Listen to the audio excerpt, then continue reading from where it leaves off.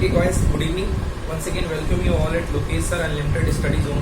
कल last class में हमने देखा था इलेक्ट्रिक करंट क्या होती है, चैप्टर को स्टार्ट किया था.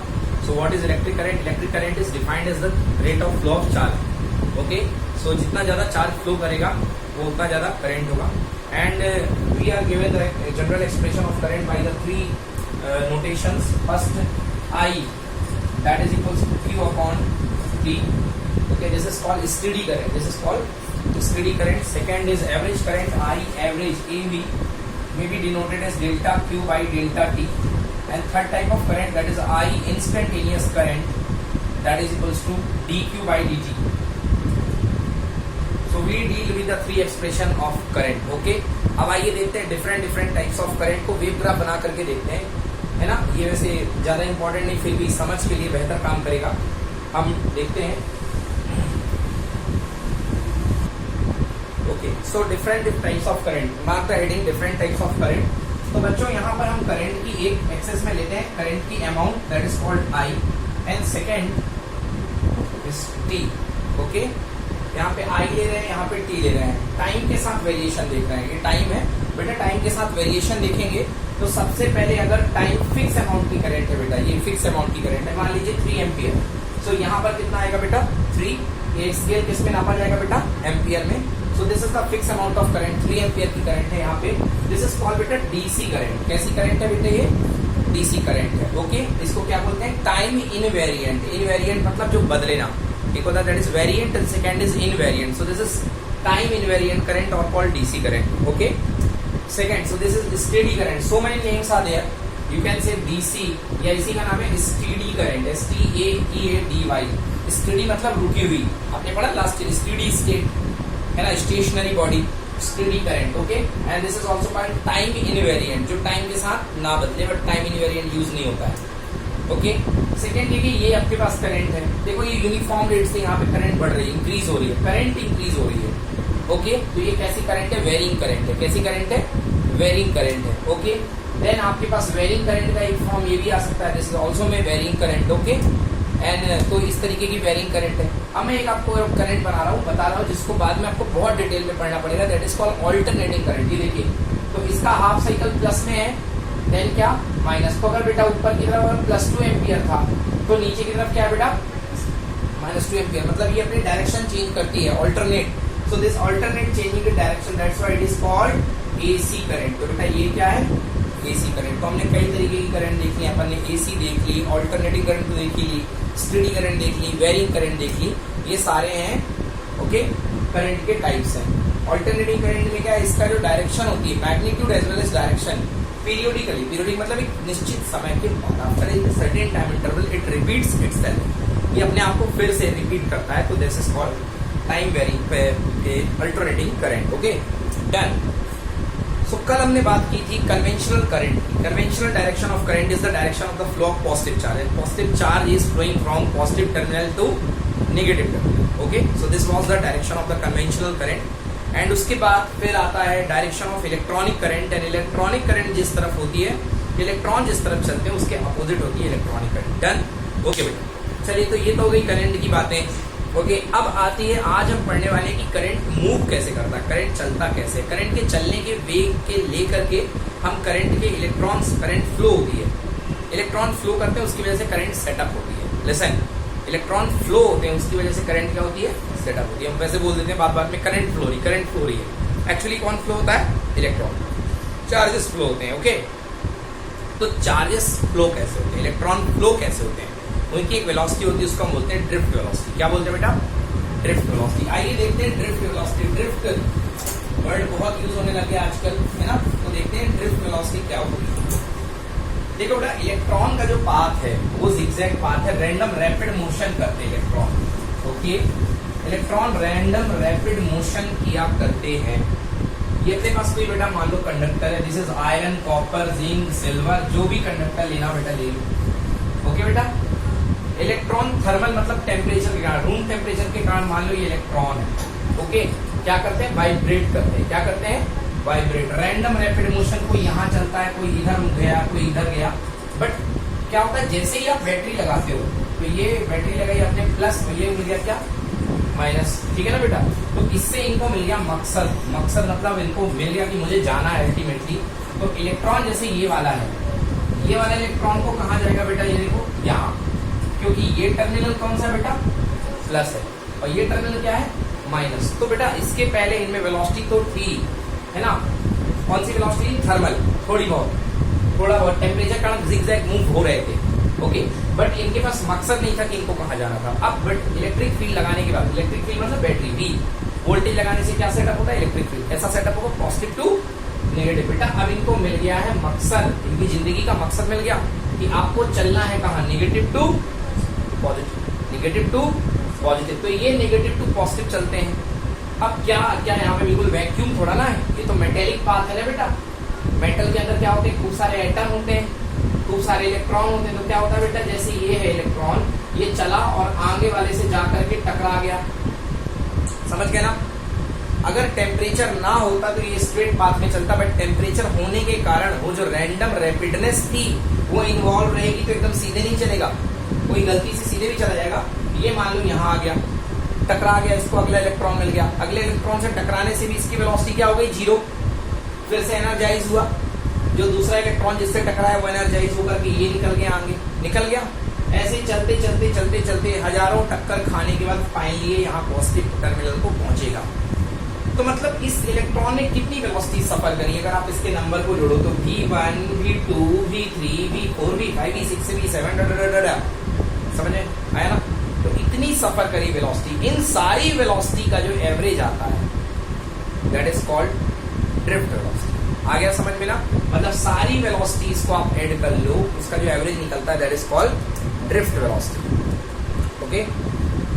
हाँ यस, तो ड्रिफ्ट वेलोसिटी डालिए, heading drift velocity.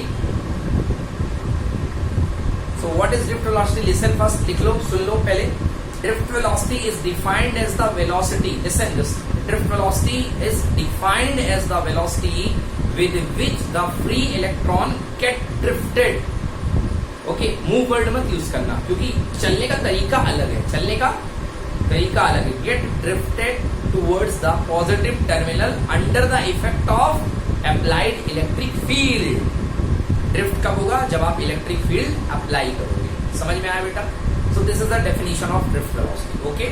Do not need to write, only just try to understand, क्योंकि सारा वीडियोस आपके पास आपको मिल जाएगा, ओके बेटा। तो ये लेंथ है। अब हम बेटा ड्रिफ्ट वेलोसिटी का एक्सप्रेशन निकालने जा रहे हैं कि ड्रिफ्ट वेलोसिटी का एक्सप्रेशन क्या होता है, ओके। चलिए तो देखो, ड्रिफ्ट वेलोसिटी का एक्सप्रेशन निकालने के लिए थोड़ा अच्छा सा डायग्राम बना देता हूं बच्चों में।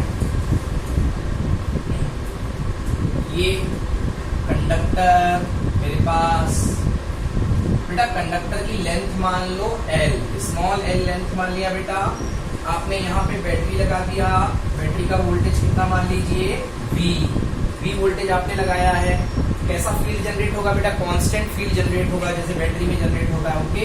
ये पॉजिटिव है, ये निगेटिव है, तो इधर से इधर की तरफ क्या जनरेट हो जाएगा, क्या सेटअप हो जाएगा, इलेक्ट्रिक फील्ड, है ना, इलेक्ट्रिक फील्ड सेटअप हो जाएगा। क्या होगा इलेक्ट्रिक फील्ड बेटा, E इज इक्वल टू पढ़ा रखा मैंने आपको, V upon L, V by L, तो यहाँ पर कांस्टेंट है ना बेटा, V बाई L का ही तो जनरेट होगा, तो E is equal to V by L का इलेक्ट्रिक फील्ड जनरेट हो गया, ओके। अब आइए ड्रिफ्ट वेलोसिटी के एक्सप्रेशन की बात करते हैं हम। तो बेटा देखिए, अपने पास हम जानते हैं V इक्वल्स टू होता है U plus AT, V equals to U plus AT, okay. अब ड्रिफ्ट की बात करेंगे तो इलेक्ट्रॉन एक्चुअली ड्रिफ्ट कर रहा है, तो V को मैं लिखता हूँ V ड्रिफ्ट, इलेक्ट्रॉन को हम लिखते हैं क्या, V drift, okay, equals to U। Initial velocity electron की कितनी थी बेटा, 0, फिर एक्वायर किया ना फाइनल वेलोसिटी V ड्रिफ्ट, तो इनिशियल वेलोसिटी हो गई 0 प्लस एक्सेलरेशन a। अब बेटा दो इलेक्ट्रॉन के टक्कर, क्योंकि फाइनल 0 का वही जब इससे टकराया, और इनिशियल फाइनल vd जब इससे टकराया, सॉरी बेटा, ड्रिफ्ट वेलोसिटी का ये एवरेज वेलोसिटी मिलेगी। तो ये यहाँ पे vd वेलोसिटी गेन कर लिया टकराने के बाद, यहाँ पे कितनी थी, 0। देखो थोड़ा सा यहाँ पे कंफ्यूजन हो रहा है कि मैं यहाँ पे vd लिख रहा हूँ, यहाँ पे मैं vd लिख रहा हूँ, तो हम all total velocity, average velocity हम इसकी vd मान के चल रहे हैं। आपके मन में कंफ्यूजन हो रहा है कि सर एक ही टक्कर में vd कैसे अटेन कर लिया, फिर आपको एवरेज लेने की जरूरत क्या थी। है ना। तो हम मोटा मोटी इसकी वेलोसिटी वीडी कंसीडर करते हैं। ऐसा नहीं कि पहले टक्कर में इसने वीडी अटेन कर लिया, क्योंकि electron numerous number of electron है, इनफाइनाइट नंबर ऑफ इलेक्ट्रॉन है, हम इनको काउंट करते करते मर जाएंगे, इसलिए सबका एवरेज हम मान लिए क्या वीडी, है ना। तो वैसे आप बोल सकते हो यदि कंसेप्चुअली अंदर बोल सकते आप बोलोगे सर यहाँ V1 होगा, बट नहीं, हम सबके लिए ये ट्रीटमेंट कर रहे हैं। तो VD equal to u plus a. बेटा दो टक्कर के बीच के समय को बोलते हैं टाउ, रिलैक्सेशन टाइम। क्या बोलते हैं? Relaxation time, tau. Okay, T वैसे होता तो टी को यहाँ क्या नाम दीजिए बेटा? टाउ। तो बेटा वी डी ड्रिफ्ट वेलोसिटी का डेरिवेशन आ गया कितना? A tau. कितना आ गया? Drift velocity equals to a tau. बोलो क्लियर हुआ कि नहीं हुआ? क्लियर हो गया? Very good. नाउ अब बात करते हैं एक्सेलरेशन कितना लगेगा बेटा, देख लो। एक्सेलरेशन बेटा ये मान ले कोई इलेक्ट्रॉन है, इलेक्ट्रॉन के ऊपर फील्ड इस तरफ है ना, तो फोर्स किस तरफ लगेगा बेटा? इस तरफ, अपोजिट साइड में। तो चलो इलेक्ट्रॉन पर लगने वाला फोर्स F इक्वल टू होता है बेटा Q into e, Q into e होता है ना, F equal to Q into e. तो बेटा यहाँ पे F की वैल्यू न्यूटन साहब, मास इंटू एक्सेलरेशन, इलेक्ट्रॉन का mass m into acceleration. Q मतलब चार्ज ऑन इलेक्ट्रॉन कितना होता है बेटा? Minus e. Charge on electron equal to minus e multiplied by कितना बेटा? Capital E। तो यहाँ पे A इक्वल टू कितना आ गया? Minus e capital E upon कितना? m। बेटा रख दो यहाँ पे। तो Vd इज इक्वल्स टू, हाँ, drift velocity equals to minus e capital E tau upon कितना जी? m। This is the expression for the drift velocity. बोलो जी क्लियर हुआ? ये एक्सप्रेशन हो गया ड्रिफ्ट वेलोसिटी। कहो कोई दिक्कत आया समझ में कि नहीं आया? आ गया? तो ये ड्रिफ्ट वेलोसिटी का एक्सप्रेशन हो गया, ठीक है ना। ओके, अब देखो ये ड्रिफ्ट वेलोसिटी का एक्सप्रेशन हो चुका है। अब हमें निकालनी है ड्रिफ्ट करंट। क्या निकालनी है? ड्रिफ्ट करंट, ठीक ना। ड्रिफ्ट करंट, ये तो ड्रिफ्ट वेलोसिटी आ गई। अब हमें ड्रिफ्ट करंट निकालनी है। ड्रिफ्ट करंट का एक्सप्रेशन मैं आपको याद दिला दूं, I इज इक्वल्स टू होता है NEAVT, ये होता है। This is called drift current. मतलब इलेक्ट्रॉन मूव कर रहे हैं ना, तो करंट तो बनाएंगे ना। कितनी करंट बनाएंगे? I equals to NEAVT। अब मैं इसको आपको निकाल के बताता हूँ कि ड्रिफ्ट करंट कितनी होती है, ठीक है ना। ड्रिफ्ट करंट की तरफ जाने के पहले हम आपको थोड़ी सी बात बता देते हैं। जरा रिलेशन देखिए यहाँ पे, VD और E। बेटा दो ही वेक्टर है, एक है VD और एक है E। देखो VD E के अपोज में आ रहा है कि नहीं आ रहा?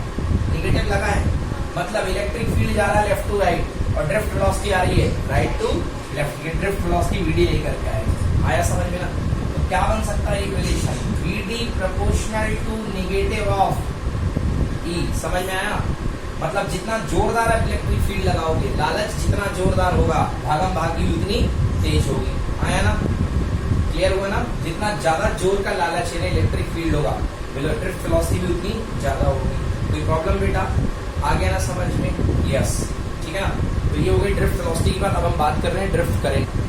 ड्रिफ्ट करंट की बात कर रहे हैं तो मान लीजिए बेटा ये जो क्रॉस सेक्शन एरिया है, किसी भी सेकेंड पर कहीं पर भी यूनिफॉर्म क्रॉस सेक्शन एरिया बेटा, इसका एरिया मान लो A। क्या मान ले बेटा? A। और इस कंडक्टर की लेंथ कितनी है बेटा? L। यस और नो? कंडक्टर की लेंथ कितनी है? L। तो कंडक्टर का जो वॉल्यूम होगा V, कैपिटल V, समझ गया ना। अब तो दिक्कत हो गई, खैर यहाँ पे V लिख रहा हूँ, कोई दिक्कत नहीं बनेगी।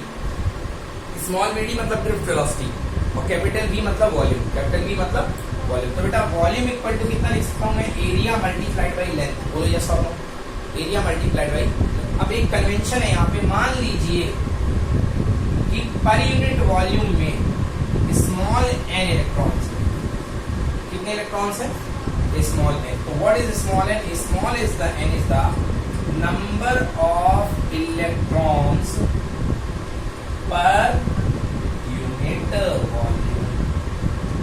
माना हमने कि पर यूनिट वॉल्यूम में कितने इलेक्ट्रॉन्स हैं? Small n। Okay, now total number of electron capital N मान लो बेटा, मजबूरी है मानना पड़ेगा, क्योंकि स्मॉल n मैंने छोटे से वॉल्यूम में मान लिया। तो पूरे लेंथ में कितने इलेक्ट्रॉन होंगे? एक वॉल्यूम में electron small n multiplied by total volume. भाई एक में कितना है? Into total volume equal to पूरे का। So n multiplied by a into L। ये आ गया क्या? Number of electron. कितने इलेक्ट्रॉन है? नाउ अब आप जानते हैं क्वांटाइजेशन ऑफ चार्ज से total charge is equal to total number of electron multiplied by e. तो टोटल नंबर ऑफ इलेक्ट्रॉन कितने हैं बेटा, NaL इंटू चार्ज कितना, E। यस और नो। नाउ अब हमें निकालना है I, current is equal to total Q upon total time. Yes और नो। चलिए तो Q की वैल्यू रख दो बेटा, NaL इंटू E। यस और नो। आ गया Q equal to NaL into E divided by time. Wait time total कितना लगा, अपन ने पढ़ रखा है 11th क्लास में, स्पीड इक्वल टू होता है डिस्टेंस अपॉन टाइम। तो time is equal to distance upon speed. Yes और नो। टाइम ऊपर स्पीड नीचे, वेलोसिटी जो भी कह लो। तो time is equal to distance upon speed या डिस्टेंस अपॉन वेलोसिटी। डिस्टेंस कितनी है बेटा इसकी, यहाँ लिख देता हूं मैं आपके लिए। Distance is L, distance is L and what is speed, Vd। Vd speed से आ रहा ना। चलो NeAL, Vd ऊपर और L नीचे, L से L।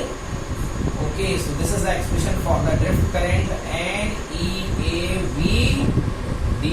नोट करिए, this is the current NeAVD called drift current. What is this, is amount of drift current. आया समझ में, एनी प्रॉब्लम?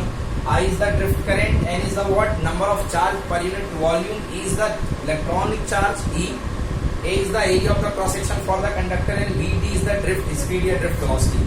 Any problem? ये हो जाएगा। tau is the relaxation time, पहले पढ़ चुके हैं। tau is the relaxation time, याद आया रिलेशन क्या था tau का? tau का Vd is equals to small e capital E tau upon m, साथ में negative sign. Done? Any problem? Okay, तो ये हो गया। अब देखिए एक बात मैं आपको बता देता हूँ, one term is called current density.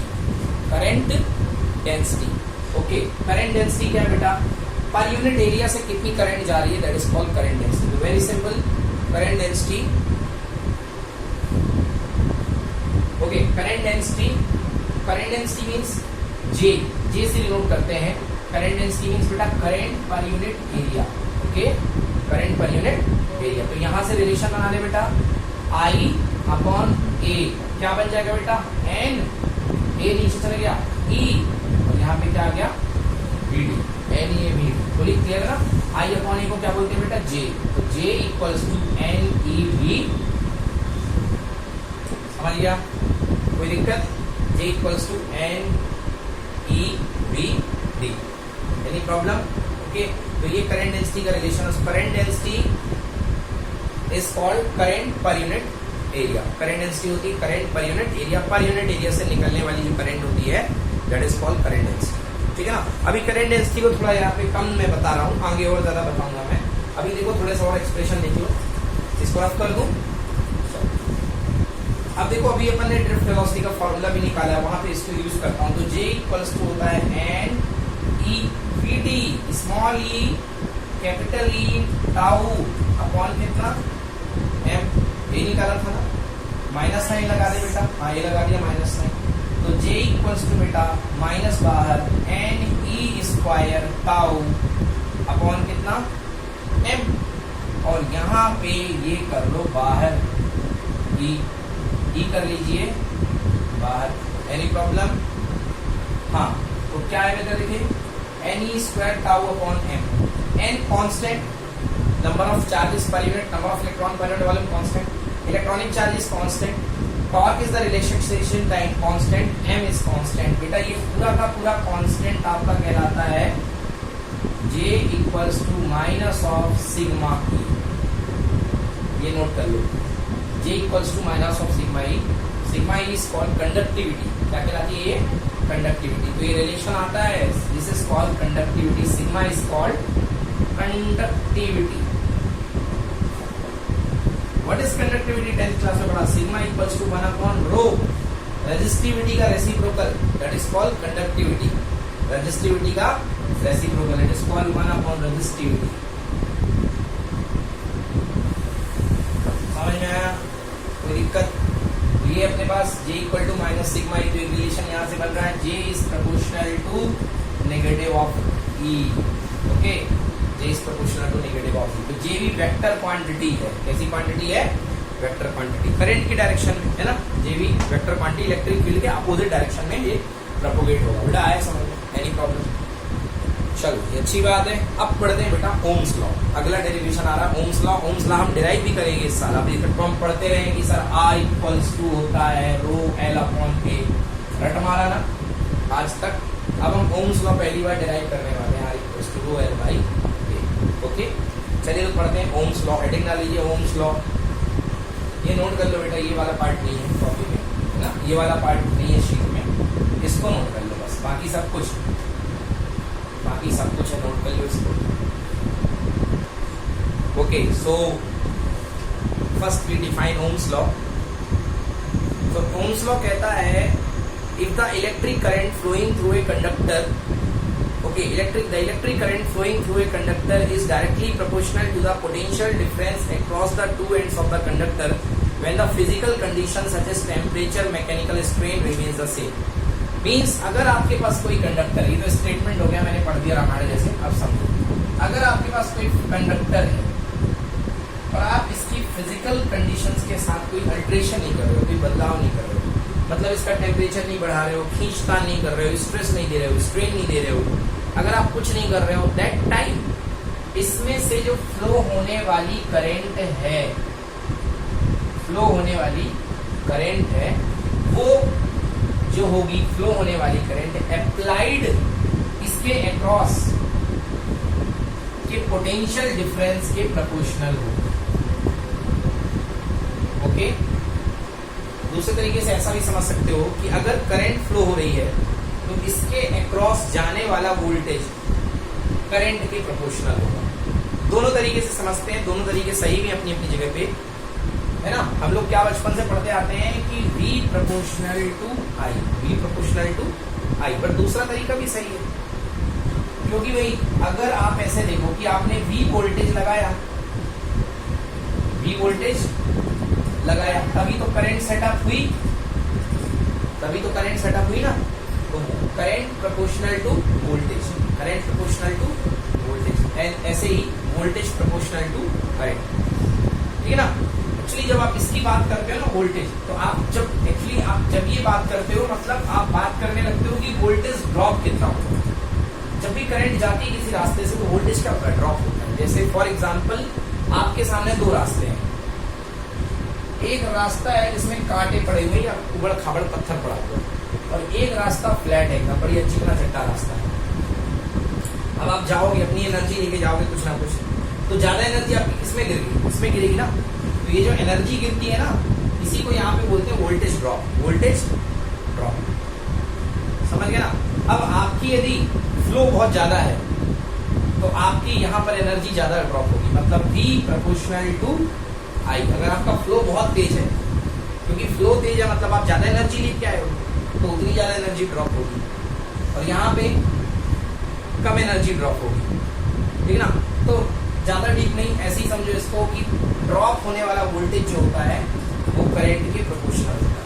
मतलब ऐसे समझो कि जब आपको उबड़ खाबड़ रास्ता दिया गया है, तो ज्यादा बेटर क्या है? आपके पैर कम घिसे, जूते कम घिसे, धीरे चलो। कैसा चलो? धीरे। उबड़ खाबड़ रास्ता आता है तो अपन गाड़ी कैसी चलाते हैं? धीरे चलाते हैं ना। हाँ, उबड़ खाबड़ रास्ते में गाड़ी धीरे चलाओ। क्यों? क्योंकि करंट कम हो जाएगी, फ्लो कम हो जाएगा, तो वोल्टेज ड्रॉप भी क्या हो जाएगा? कम। क्योंकि आप जब स्लो चलोगे, what is current? Flow of electron. जब आपके पास फ्लो कम हो जाएगा तो V भी ऑटोमेटिकली क्या हो जाएगा? कम। V मतलब अगर आप V प्रोपोर्शनल टू I देख रहे हो तो आप अप्लाइड वोल्टेज के टर्म्स में मत देखो, फिर ड्रॉप वोल्टेज के टर्म्स में देखो। मेरे कहने का मीनिंग समझे? अगर आप V प्रोपोर्शनल टू I देख रहे हो तो आप किसके टर्म्स में देखो? Drop voltage, drop voltage. जितनी ज्यादा हैवी करंट होगी उतना ज्यादा हैवी ड्रॉप होगा, that is called drop potential, गिरने वाला है ना। तो V is proportional to I। Okay, V is proportional to I, ये हो गया। तो V is proportional to I. Simplify this. V is equals to Ri. R is the resistance of the conductor. This is the physical property. आप अपने हाथ से दो ही चीज बदल सकते हो, V और I, बट ये फिक्स रहेगा, ये फिक्स रहेगा, R फिक्स रहेगा। फिर R is the called property of material, that is called resistance. उस मटेरियल की प्रॉपर्टी है उसका रेजिस्टेंस। तो वी और आई का ग्राफ बना लो, बहुत सिंपल, बचपन से बनाते आ रहे हैं। यहाँ पे वी ले लो बेटा, यहाँ पे आई ले लो, ये आ गया स्ट्रेट लाइन। समझ में आ गया ना? V upon I, V upon I is equal to क्या बेटा? आर। समझ गए ना? मेरी यहाँ पे थीटा ले रहे हो बेटा, तो इस पॉइंट पर विचार करोगे तो इस पॉइंट पर करंट कितनी होगी बेटा? आई। वोल्टेज क्या होगा बेटा? वी होगा ना? इस किसी भी पॉइंट पर करंट कितनी होगी? आई। किसी भी पॉइंट पर वोल्टेज कितना होगा? V. So now tan theta equal to perpendicular कितना बेटा? वी अपॉन बेस कितना है? आई। तो रेजिस्टेंस हुआ कि नहीं हुआ? रेजिस्टेंस हुआ कि नहीं हुआ? फिजिक्स की भाषा में टेन थीटा को क्या बोलते हैं? स्लोप। क्या बोलते हैं? स्लोप। मतलब वी आई ग्राफ का स्लोप क्या देता है आपको? रेजिस्टेंस देता है। Okay, so this is R. R is the slope of V I graph. Okay, R is the slope of V I graph. तो आर वी आई ग्राफ का slope आपको रेजिस्टेंस। इसको पलट दो तो क्या बन जाएगा बेटा? I upon V. I upon V क्या दे देगा बेटा? 1 बाई आर। 1 बाई आर को बोलते हैं बेटा capital G, this is called conductance. क्या बोलते हैं इसको? कंडक्टेंस। तो 1 upon R is called conductance. इसको कंडक्टेंस कहते हैं। Clear? Any problem? This is called conductance. ठीक है ना? तो चलिए रेजिस्टेंस के बारे में बात कर लेते हैं। What is resistance? The resistance of the conductor is the opposition offered. जब इलेक्ट्रॉन चलता है, जब इलेक्ट्रॉन मूव करता है बेटा, यहाँ से यहाँ मूव करेगा, opposite to the direction of current move करेगा, तो बेटा ये जो पाथ होता है, कौन? पाथ। जैसे आप स्विमिंग पूल में तैरना शुरू करते हो तो आपके रास्ते में रुकावट कौन है? पानी। पानी इज द मटेरियल। वहां पे स्विमिंग पूल का मटेरियल है पानी। यस और नो? तो जब आप चलना शुरू करते हो बेटा, तो आपके रास्ते में ये जो मटेरियल है ये क्या ऑफर करता है? ऑब्स्ट्रक्शन, हिंड्रेंस, रुकावट, बाधाएं, जो भी कहना हो कह लो। इस बाधा को ही क्या बोलते हैं अपन? Resistance. Okay, so the resistance of the conductor is the opposition offered by the conductor to the flow of electric current through it. It is the opposition offered by the conductor. Okay, now R equals to V upon I. R equals to V upon I. ठीक है ना? R equals to V upon I, ये हो गया। R equals to किसमें नापते हैं? Ohm में। Unit of R is called ohm. सो R नापेंगे ओम में। बच्चों वाला question, define 1 ohm. Define 1 ohm बेटा, ये भी ले लो 1, ये भी ले लो 1। ठीक है ना? तो क्या होगा? अगर किसी कंडक्टर के अक्रॉस 1 एम्पियर की करंट फ्लो करने पर, 1 एम्पियर की करंट फ्लो करने पर उसके ऊपर कितना पोटेंशियल ड्रॉप हो जाए? 1 वोल्ट। कितना पोटेंशियल ड्रॉप हो जाए? 1 वोल्ट। तो उस कंडक्टर का रेजिस्टेंस कितना होगा? 1 ohm. If 1 volt of volt potential is dropped across any conductor on flowing a current of 1 ampere, then the resistance of the conductor is said to be how much? 1 ohm. Okay, है ना? तो इसको बोलेंगे अपन 1 ओम। कैसे बनाओगे बेटा? 1 ओम। ये वाला बने? नहीं बने, ये पार्ट है ना? 1 ओम। ठीक है ना? यस। नेक्स्ट, अब अगला है, अगली हेडिंग डालिए, resistance in the terms of physical features of the conductor. अब हम देखते हैं resistance in the terms of physical features. ठीक है? या to prove R equals to rho L upon A. Physical features मतलब ये किन किन बातों पर डिपेंड करता है रेजिस्टेंस?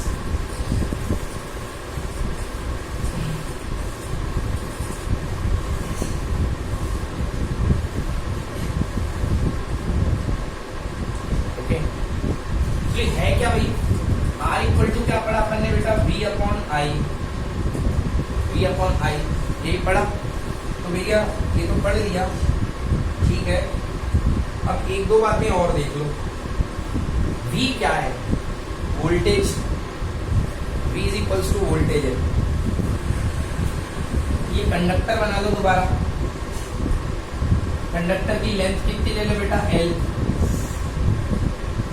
कंडक्टर के अंदर ड्रिफ्ट स्पीड ये VD है तो 3। ओके, अप्लाइड इलेक्ट्रिक फील्ड मान ले बेटा E। और E इक्वल्स टू कितना होता है बेटा? V by L। क्योंकि जो बैटरी लगाई थी इसके क्रॉस में, उसका वोल्टेज कितना है बेटा? V। तो V लगाओगे तो V ड्रॉप होगा, जितना लगाओगे उतना ड्रॉप हो जाएगा। ये तो रेजिस्टेंस का नेचर होता है। तो बेटा देखो R equals to V upon I, I equals to बेटा N E A V D, याद आया? I equals to N E A V D। Done. चलो R equals to V upon N E A। बेटा VD मैंने पढ़ाया था small e capital E tau upon M। Minus लगा सकते हो मगर कोई मतलब नहीं है बेटा यहाँ पे, क्योंकि हम रेजिस्टेंस स्केलर क्वांटिटी है, कोई वेक्टर का लेन देन नहीं है। लगा भी लोगे तो कोई फर्क नहीं पड़ने वाला है, माइनस रखा रहेगा, नेचर को बताएगा, है ना? मत लगाओ वैसे। R equals to N E A V, चलेगा ना बेटा? हाँ ठीक है। तो ये देखो R इक्वल्स टू V, ऊपर वोल्टेज वाला V है बेटा, कौन सा वाला V? वोल्टेज वाला, अपॉन ये M ऊपर चला गया बेटा, यस और नो? और N E A small e capital E, यहाँ पे कितना? टाउ। बेटा मैंने थोड़ी देर पहले पढ़ाया आपको V इक्वल्स टू होता है V by L, equals to V by L volt पर metre. So V equals to कितना होता है बेटा? E into L। तो मैं यहाँ से V को लिख सकता हूँ E इंटू L, लिख दूँ? तो यहाँ से मैं लिखूंगा R equals to V equals to E multiplied by L multiplied by M and E square हो गया बेटा। E और E क्या हो गया? E square. A capital E tau, E से E cancel, okay. R equals to M n E square और tau को साथ में रख लो। अभी कुछ पढ़ा था अपन ने, यहाँ लिख रहा हूँ बेटा। R equals to M upon n E square tau, और क्या बच गया बेटा? L by A। थोड़ी देर पहले मैंने आपको सिग्मा पढ़ाया था, सिग्मा पढ़ाया था, n E square tau upon M। ये 1 अपॉन सिग्मा है, उसका उल्टा 1 अपॉन सिग्मा। याद करिए मैंने सिग्मा आपको पढ़ाया था, what is sigma? Sigma equals to n E square tau upon M, and this is what? 1 by sigma. So 1 by sigma is equals to M upon n E square tau. 1 by conductivity is called resistivity, is called rho. Yes or no? So R equals to rho L by A. कहो जी समझ में आया कि नहीं आया? आ गया ना? R equals to rho L by A। यही था ओम्स लॉ ना जो हम रटते थे, R is proportional to L, R is inversely proportional to A. Okay, where rho is the resistivity of the material, resistivity of the material। बेटा देख लो तो क्लियर हो रहा है कि अगर रेजिस्टिविटी बढ़ेगी तो रेजिस्टेंस भी बढ़ेगा, रेजिस्टिविटी बढ़ेगी तो रेजिस्टेंस भी बढ़ेगा। आ गया समझ में? डन। अगर रेजिस्टिविटी बढ़ रही है तो रेजिस्टेंस भी बढ़ेगा। ओके, अब देखो जरा यहाँ से इस फॉर्मूले, हम रेजिस्टेंस जो है डायरेक्टली डील कर रहा है किसके साथ? रेजिस्टिविटी के साथ। तो रेजिस्टिविटी की मैं बात देखूँ तो M upon n E square tau, M upon n E square tau. देखो जरा क्या रेजिस्टेंस इसका रिलेशन बेटा, N अगर बढ़ेगा, N मतलब number of electron per unit volume बढ़ेंगे तो रेजिस्टेंस क्या होगा? इसको तो कुछ कर नहीं सकते हो क्योंकि इलेक्ट्रॉनिक चार्ज भगवान ने फिक्स करके दे दिखा है। अब है टाउ रिलैक्सेशन टाइम। अगर किसी कंडक्टर का आप टेम्परेचर बढ़ाओगे, टिक टिक टिक टिक टिक, आग से गर्म कर दिया इसको, अगर टेम्परेचर बढ़ा दिया तो पहले इलेक्ट्रॉन जो देर में टकरा रहे थे, एनर्जी बढ़ने से जल्दी टकराएंगे कि और देर में टकराएंगे? जल्दी टकराएंगे। पहले स्लो भाग रहे होंगे, अब जैसे टेम्परेचर लगा, गर्मी लगी तो जल्दी जल्दी टकराएंगे। यस और नो? तो जल्दी टकराएंगे बेटा तो टॉर्क रिलैक्सेशन टाइम क्या हो जाएगा? कम। टेम्परेचर तो बढ़ेगा मगर रिलैक्सेशन टाइम, टकराने का समय क्या हो जाएगा? कम हो जाएगा। और टेम्परेचर कम होगा तो रेजिस्टेंस क्या होगा? बढ़ेगा। समझ में आया नहीं आया? इसलिए गर्म करने पर कंडक्टर का रेजिस्टेंस क्या होता है? बढ़ता है। समझ गए? मतलब on heating relaxation time decreases, therefore resistance increases। Got? Clear? पक्का? कुछ पूछना? कोई दिक्कत? ओके, ठीक है ना? रेजिस्टिविटी देख लो बेटा, रेजिस्टेंस डायमेंशन पे डिपेंड करता है, लेंथ पे, एरिया पे, मगर रेजिस्टिविटी का टर्म ये है, resistivity equals to m upon rho equals to m upon N E square tau. क्या कहीं पर लेंथ आ रही? नो। कहीं पर एरिया आ रहा? नो। मतलब resistivity is free from the dimension. Resistivity आप तार को खींच दो, लंबा कर दो, रेजिस्टेंस बदल जाएगा बट रेजिस्टिविटी नहीं बदलेगी। समझ गए ना? रेजिस्टिविटी किसकी प्रॉपर्टी होती है? मटेरियल। किसकी प्रॉपर्टी होती है? Material. Any problem? So resistivity में कोई भी चेंज नहीं आता है। ओके बेटा जी, चलिए अब हम कुछ बता दें आपको। लिखो रिलेशन बिटवीन, कुछ मतलब इतने सारे में आपको सारी चीजें पढ़ा दी है ना?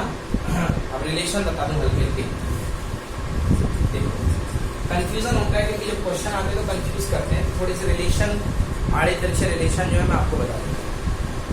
पहला रिलेशन अपन ने क्या पढ़ा? पहला रिलेशन अपन ने पढ़ा I equals to N e a b d. So I upon a that is equals to I upon a equals to N E B d, that is called J। J equals to N E B d, ठीक है भाई? J equals to N E B d, ठीक है बेटा? अब यहां से J equals to N e, ठीक है? B d equals to small e capital e tau upon m, small e capital e tau upon m, ठीक है ना बेटा? सारे रिलेशन में बना रहा हूं, ये भी एक रिलेशन है, ये भी एक रिलेशन है, अब आगे और बनने वाले हैं, इसलिए कि सारे एक साथ आपको समझ में आ जाए, बाद में आप ढूंढो ना कौन कहाँ गया। J equals to N E square tau upon M multiplied by E. याद आया? मैं माइनस साइन लगाना तो लगा सकते हो, माइनस साइन का काम भी है, ठीक है ना? माइनस ई, जब वी डी की वैल्यू जैसे रखे थे यहाँ पे आ गया। याद आया बेटा? इसको क्या बोलते हैं? आपको sigma n square tau upon m. देखो हाँ या ना? तो बेटा क्या बन गया? J equal to sigma into E, J equals to sigma into e. Clear हो गया? Very problem? J equals to sigma into E. J equals to बेटा सिग्मा को क्या लिख सकता हूँ बेटा? 1 बाई रो, तो J equals to e divided by rho, J equals to e divided by rho. Clear हुआ ना बेटा? हाँ, ये माइनस ई, बार बार कह रहा हूँ, माइनस नेचर को बताएगा कि J जो है इलेक्ट्रिक फील्ड के अपोजिट है, करंट की डायरेक्शन इलेक्ट्रिक फील्ड के अपोजिट है, ठीक है ना? तो अगर आप नॉट भी लगा देते हो तो कुछ गलत नहीं हो जाता है, ठीक है ना? माइनस ठीक है, लेके चल रहा हूँ, वेरी ब्यूटीफुल। चलो क्लियर हुआ ना? Minus E by rho. बेटा रो की वैल्यू निकाल लो यहाँ से, एक तो ये आ गया रिलेशन, एक ये भी है, ये आता है रिलेशन का, ठीक है ना? और बाकी BD का relation, BD equals to any rho, BD का रिलेशन हाँ यहाँ से बस काफी है, इतना ही है। ओके, नोट कर लो इसको। ओके, अब देखो बेटा यहां से रो को ऊपर लेके जाओ, rho equal to E upon J,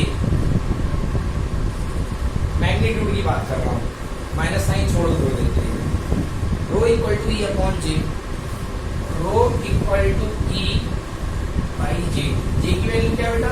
N E B D, N E B D. Okay, तो जे इक्वल्स टू हो गया एन ई बी डी, ठीक है? इतना नोट करो, rho equals to E by J and rho equals to E upon N E B D. यहां से क्या बनेगा बेटा? बी डी को ऊपर ले जाओ, drift velocity equal to E upon N E rho. ये भी एक रिलेशन, ये भी एक रिलेशन, ये भी एक रिलेशन, अब आप ये सोचो कि मैं सारे याद कर लूं, तो आप गलत सोच रहे हो। मुझे खुद याद नहीं है आज तक, तुरंत का तुरंत वहां बनाना पड़ता है ना। प्रैक्टिस इतनी हो जाती है सेशन के एंड में कि आप बना ले जाओगे, इतना कोई मुश्किल नहीं होता है। बेटा देखो अब यहाँ पे अगर आप इसको वोल्टेज के टर्म में कन्वर्ट करना चाहते हो तो V बाई एल कर दो, तो VD is equals to V upon N E rho और साथ में L। ये ड्रिफ्ट वेलोसिटी है, ये वोल्टेज है। ड्रिफ्ट वेलोसिटी है, ये वोल्टेज है। क्लियर है? अब आपसे जिसका जिसका जो जो रिलेशन पूछे आप बता सकते हो यहाँ पे, ठीक है।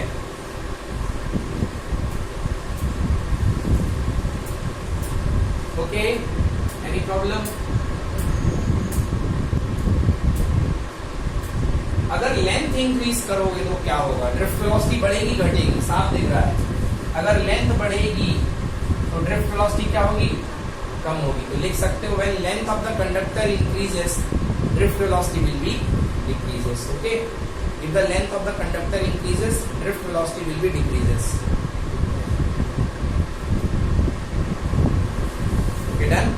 नाउ अब बात करते हैं थोड़ी सी यूनिट की। रेजिस्टेंस की यूनिट की हम बात कर चुके हैं। रेजिस्टेंस की यूनिट क्या होती है? ओम। अब बात करते हैं थोड़ी सी सिली बातें एकदम।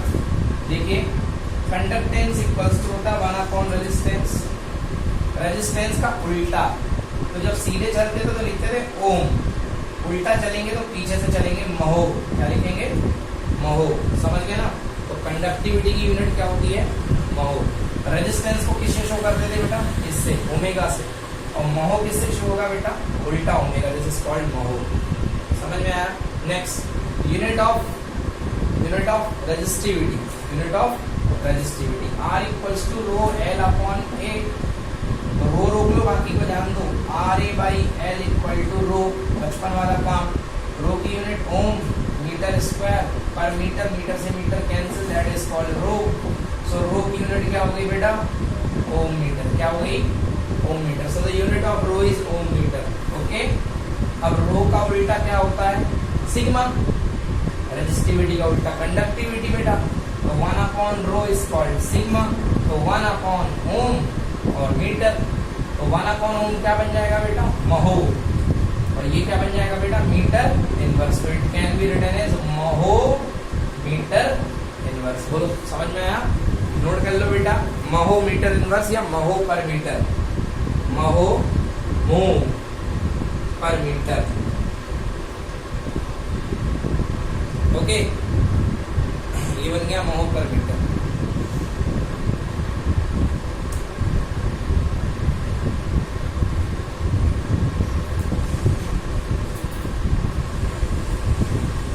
Okay, done. नोट करिए आराम से। अगला टॉपिक मैं बता रहा हूँ, that is called temperature dependence of resistance. हालांकि डिस्कस कर चुके हैं, फिर भी टॉपिक है तो फॉर्मेलिटी के नाम पे डिस्कस कर लेते हैं एक बार। टेम्परेचर डिपेंडेंस ऑफ रेजिस्टेंस मुझे याद हो गया प्रैक्टिस करते करते। R equals to rho L upon A।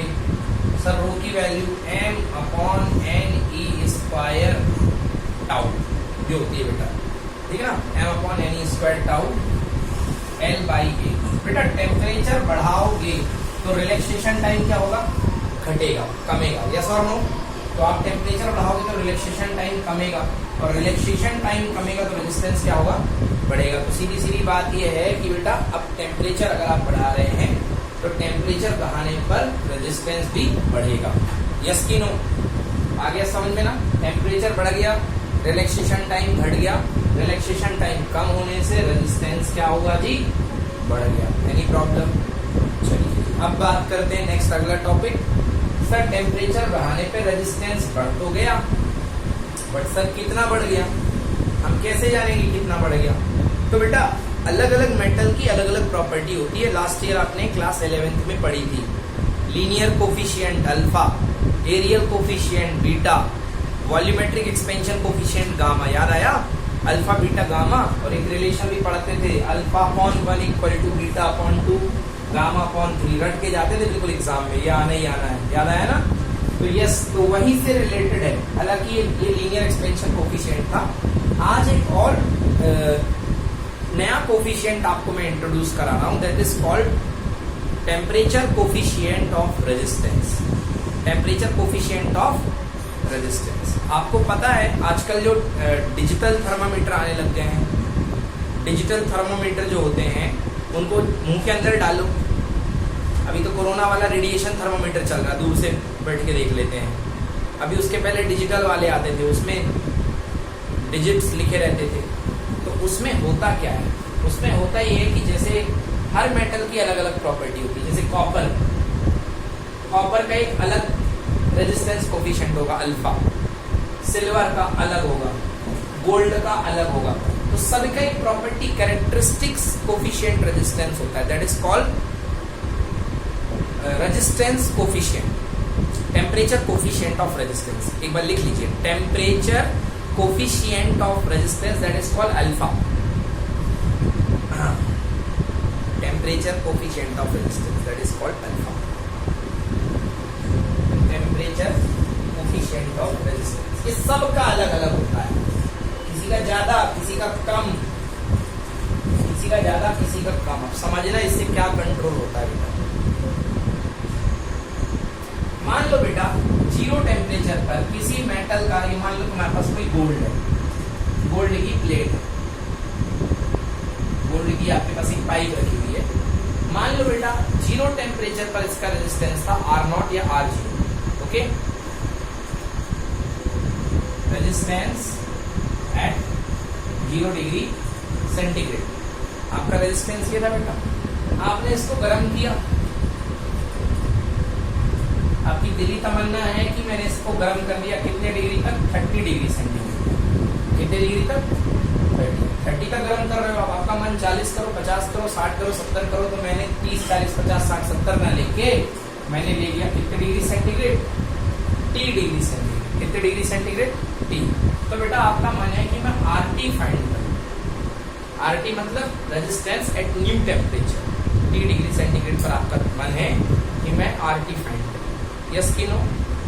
तो बेटा जो फॉर्मूला बनता है वो ये बनता है RT इज इक्वल्स टू, देख बेटा अभी क्या सिखाया मैंने, जब गर्म करोगे तो रेजिस्टेंस पुराने वाले से बढ़ के आएगा कि घट के आएगा, बोलो। बढ़ के आएगा, मतलब पुराने वाले रेजिस्टेंस में कुछ जुड़ेगा कि कुछ घटेगा, कुछ जुड़ेगा। तो R0 में कुछ जुड़ेगा, कितना जुड़ेगा, R0 का अल्फा टाइम्स का कितने टाइम्स, डेल्टा टी। अरे इसका भी तो महत्व है ना कि आप 0 से उछल के 30 पे गए कि 0 से उछल के 50 पे गए, 45 पे गए, बोलो हाँ। तो ये क्या, what is this, this is difference of temperature, yes और नो। तो RT is equal to R0 R0 plus alpha delta t, yes और नो। क्लियर हुआ कि नहीं हुआ, क्लियर हो गया ना बेटा। देखो यहाँ पे, तो RT इज इक्वल टू बेटा R0 कॉमन ले लो, R0 कॉमन ले लिया, क्या बचा यहाँ बेटा 1 प्लस अल्फा डेल्टा टी, या डेल्टा थीटा ले लो बेटा, क्योंकि डिग्री सेंटीग्रेड पे थीटा चलता है ना। टी ले लो यार, दुखी हो गया, डेल्टा। क्लियर हो गया। अच्छा लास्ट ईयर कुछ ऐसा मैच कर रहा था, याद करो last year. L dash equal to L0 1 plus alpha delta theta, area final equal to area not 1 plus beta delta theta, volume dash V0 VT जिसको बोलते थे equal to V0 1 plus gamma delta theta, coefficient of linear expansion, coefficient of areal expansion, coefficient of volumetric expansion या superficial expansion. याद आया? वैसे ही आज ये है बेटा, वो अल्फा अलग है, समझ गए ना, ये अल्फा अलग है। यहाँ alpha is the coefficient of temperature resistance, resistance temperature, ठीक ना, टेम्परेचर रेजिस्टेंस, ठीक ना। ये हो गया, क्लियर हो गया, एनी प्रॉब्लम? अच्छा एक्चुअली यहाँ पे आप इसको और अच्छा लिख सकते हो। अगर आपकी शुरुआत 0 से है, कहाँ से, इनिशियल टेम्परेचर तो 0 से है ना, क्या लिखोगे RT equal to R0 1 plus alpha delta T, मतलब change in temperature, T2 minus कितना T1। तो बेटा फाइनल टेम्परेचर T2 यहाँ पे कितना है, T तो है, T इनिशियल कितने से शुरू हुए थे, बोलो 0, यस। क्या बन गया बेटा, r t equal to r not 1 plus alpha. आया समझ में? तो कहीं कहीं ये भी लिखा रहेगा, एनी प्रॉब्लम?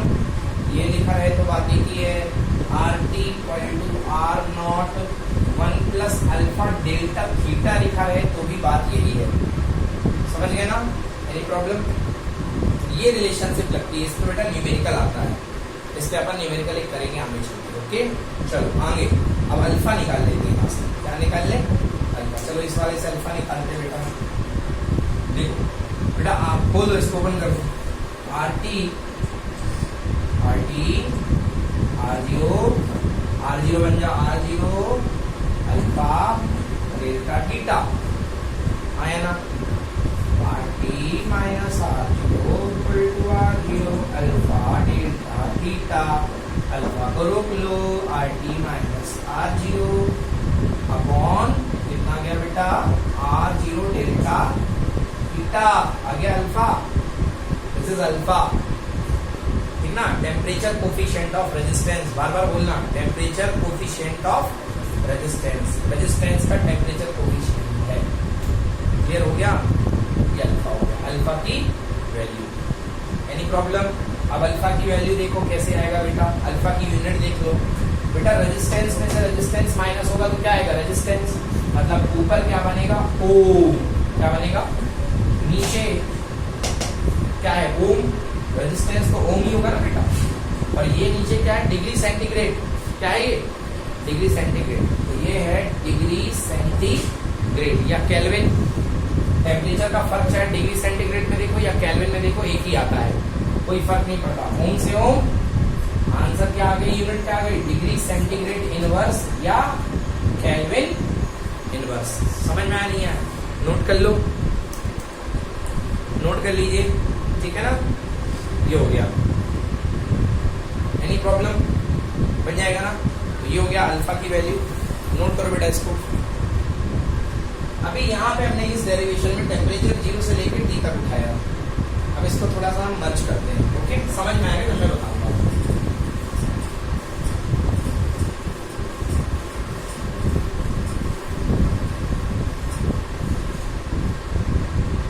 चलिए, यदि यही आपके पास आयरन का या किसी भी चीज का बार है, इसका कोफिशिएंट कितना होगा, resistance coefficient alpha, temperature coefficient of resistance alpha होगा, फिक्स होता है हर मेटल का, है बेटा, कभी बदलता नहीं है, हर मेटल का फिक्स होता है। अब यदि मैं ये कहूं कि मैं इसका टेम्परेचर T1 से लेकर T2 तक चेंज कर दूं, मतलब एग्जांपल में बोला जाए तो 30 डिग्री से लेकर 50 डिग्री, सुन रहे हो, 30 to 50।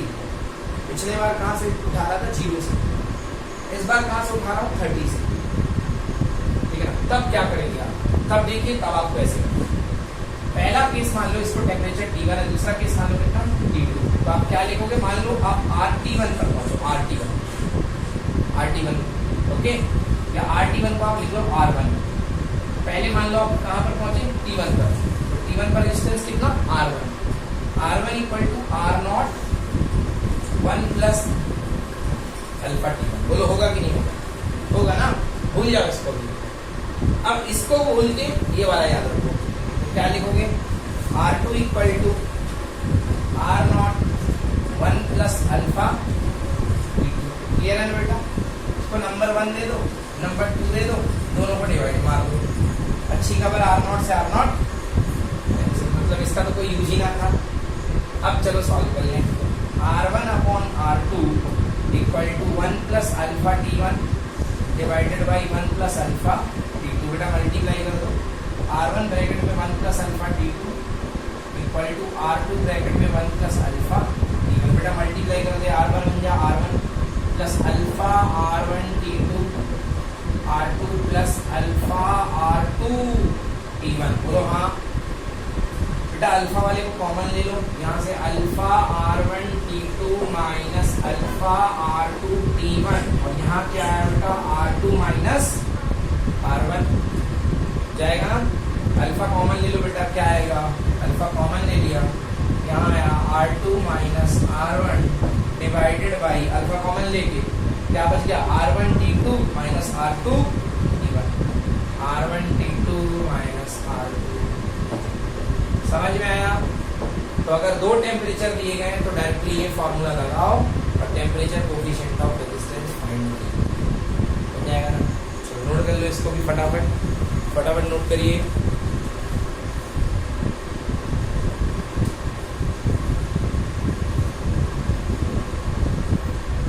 देखिए मेटल के जितने भी मेटल होते हैं सबके टेम्परेचर कोफिशिएंट पॉजिटिव होते हैं।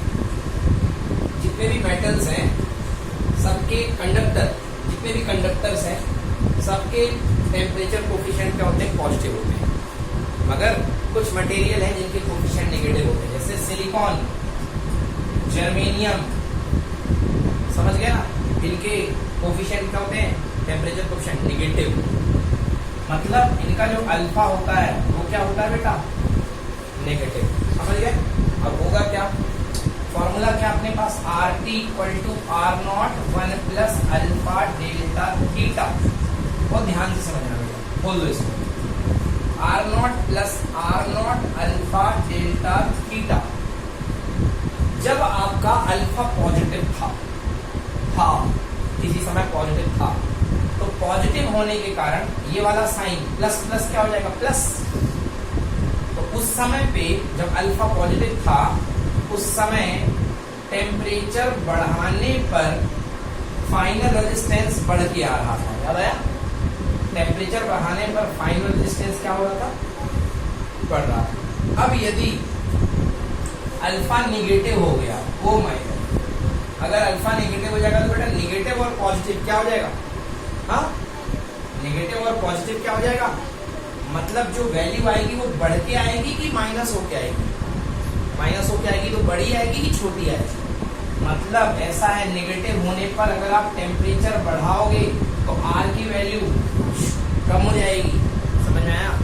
मतलब आप अगर आग तेज करोगे किसी कंडक्टर के नीचे, सेमी कंडक्टर के नीचे, तो रेजिस्टेंस बढ़ने के बजाय क्या हो जाएगा? कम हो जाएगा। मतलब मेटल गुड ऑपरेट करते हैं लो टेम्परेचर पे। मेटल गुड ऑपरेट करते हैं कितने टेम्परेचर पे? लो। कम टेम्परेचर पे अच्छे से ऑपरेट करते हैं क्योंकि कम टेम्परेचर पे रेजिस्टेंस कम होता है मेटल का, कंडक्टर का। मगर इनका हाई टेम्परेचर पे रेजिस्टेंस कम होता है। तो ये कब ऑपरेट करेंगे? हाई टेम्परेचर पे। कौन? सेमीकंडक्टर। किसकी बात कर रहा हूं? सेमीकंडक्टर। समझ में आया ना? तो सेमीकंडक्टर का बिल्कुल उल्टा हिसाब किताब है क्योंकि इनका अल्फा नेगेटिव है। अल्फा नेगेटिव होने की वजह से इनका अगर आप टेम्परेचर बढ़ाओगे तो रेजिस्टेंस क्या हो जाएगा? डिक्रीज हो जाएगा। तो आप क्या चाहते हैं? रेजिस्टेंस ज्यादा रहे कि कम रहे?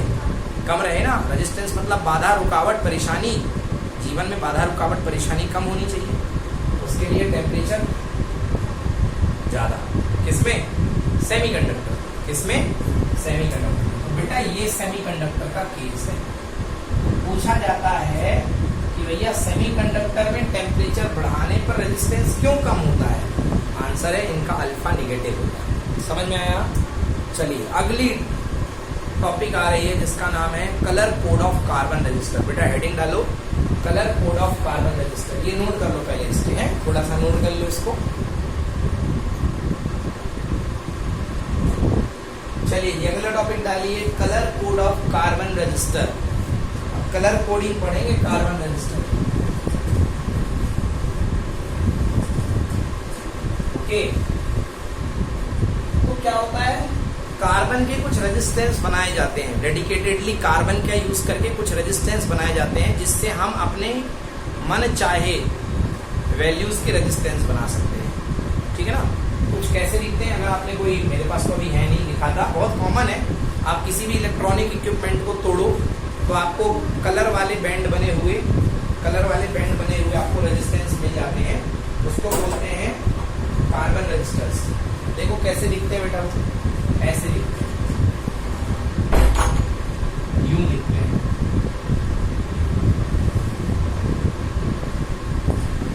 यूं दिखा करते हैं। तोड़ के देखना कभी कोई एलईडी है, एलईडी बोल गया मैं, CFL वगैरह।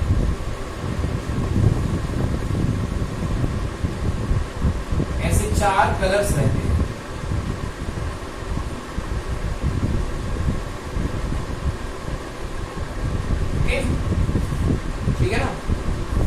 तो इनके 4 कलर हुआ करते हैं। चौथा वाला कलर थोड़ा पीछे रहता है, जो बेटा बताता है एरर को, टॉलरेंस भी बोलते हैं इसको। ओके, तो ये कहलाता है कार्बन रजिस्टर्स, ठीक है ना। अब इसकी अपन करने वाले हैं कलर कोडिंग।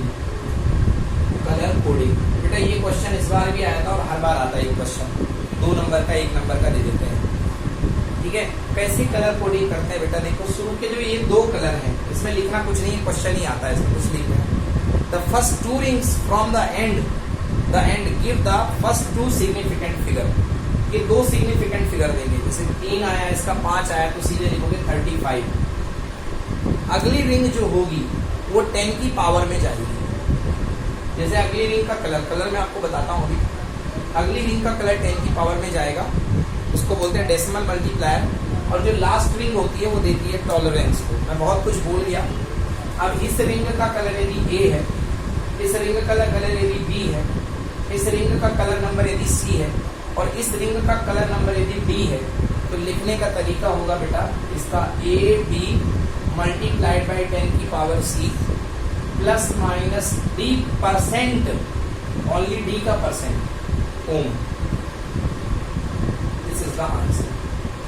अब सी देखिए कैसे बताता हूँ मैं, बहुत ही सिंपल। सबसे पहले कलर कोडिंग के नंबर आप याद कर लो। जो कलर कोडिंग का नंबर चलता है उसकी ट्रिक है B B Roy Great Britain has very good wife. बोल very simple, B B Roy Great Britain has को छोड़ दो, एक्स से कोई कलर तो होता नहीं ना, very good wife. First colour b, b में से 2 कलर आते हैं, एक आता है ब्राउन और एक आता है ब्लैक। ओके, तो सबसे पहला जो है आपको लेना है ब्राउन।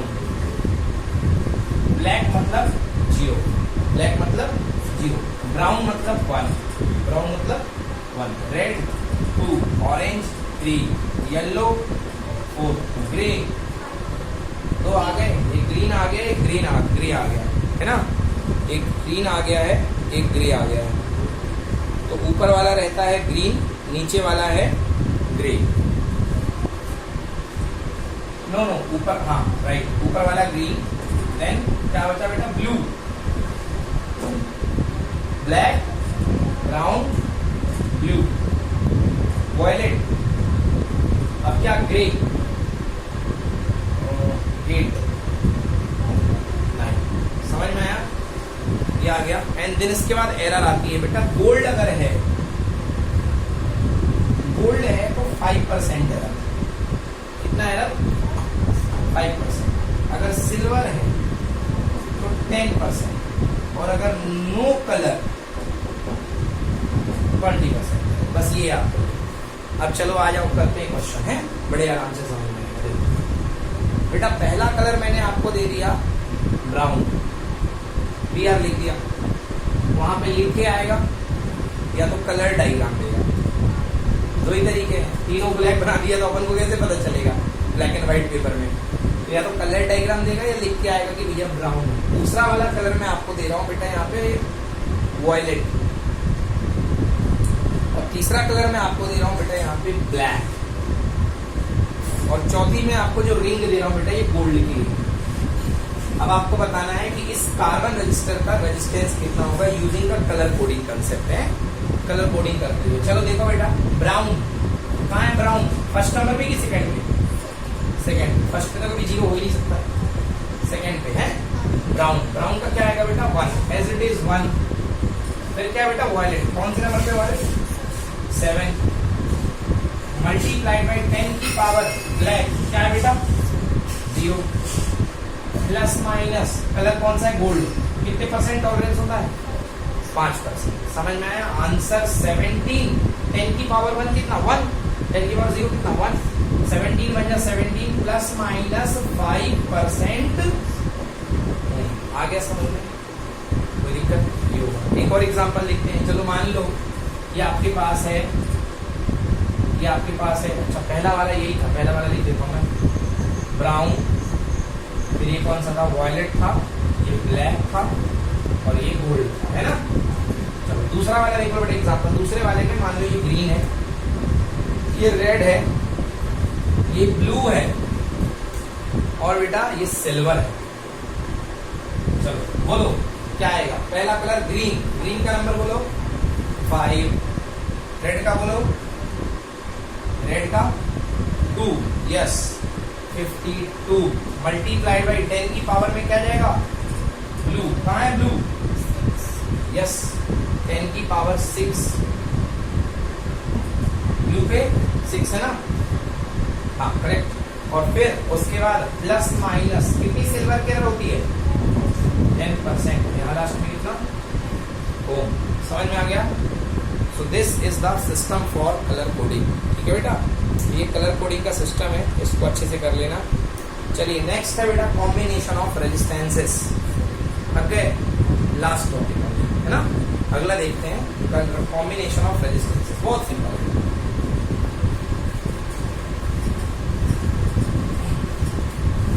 हेडिंग डाल लो कॉम्बिनेशन ऑफ रेजिस्टेंसेस।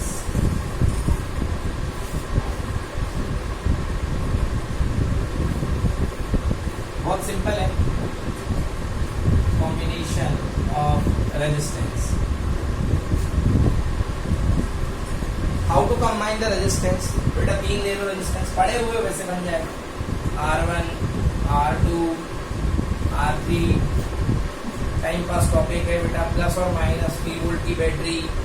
सीरीज में बेटा करंट सेम जाएगी, बोलो हाँ। क्या डिस्ट्रीब्यूशन होगा बेटा वोल्टेज का, बेटा मान लिया यहाँ पे गया V1, यहाँ गया V2, यहाँ गया V3। बेटा नेट वोल्टेज कितना अप्लाई किया V, 3 पार्ट में बढ़ गया। कुछ इसने खाया एनर्जी V1, इसने खाया V2, इसने खाया V3। V1 plus V2 plus V3। V को क्या लिख सकते हैं बेटा R into I, ohm's law से। ओके R टोटल मान लो सीरीज का S RS।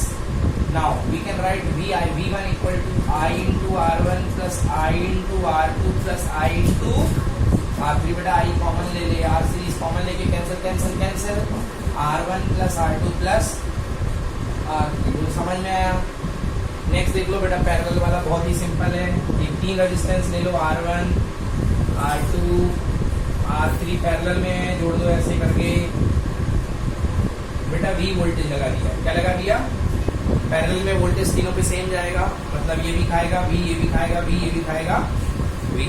But current total होगी कितनी I, बढ़ जाएगी 3 रास्ते में। यहाँ पे कितनी गई I1, यहाँ पे I2, यहाँ पे I3। Now total current I equal to I1 plus I2 plus I3। I में भी रिटर्न है V बाई R, तो ये पूरे सर्किट के लिए है, तो इसको लिख सकता हूँ R पैरेलल।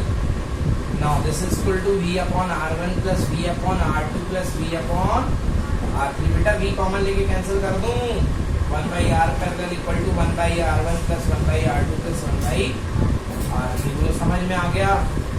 पैरेलल में रेजिस्टेंस बढ़ रहा कि घट रहा, हाँ पैरेलल में घट रहा है, सीरीज में बढ़ रहा है। सीरीज में ऐड हो रहा है डायरेक्टली, मतलब आंसर जो होगा बड़े से भी बड़ा आएगा और इसमें छोटे से भी छोटा आएगा। Okay so this is the end for the today.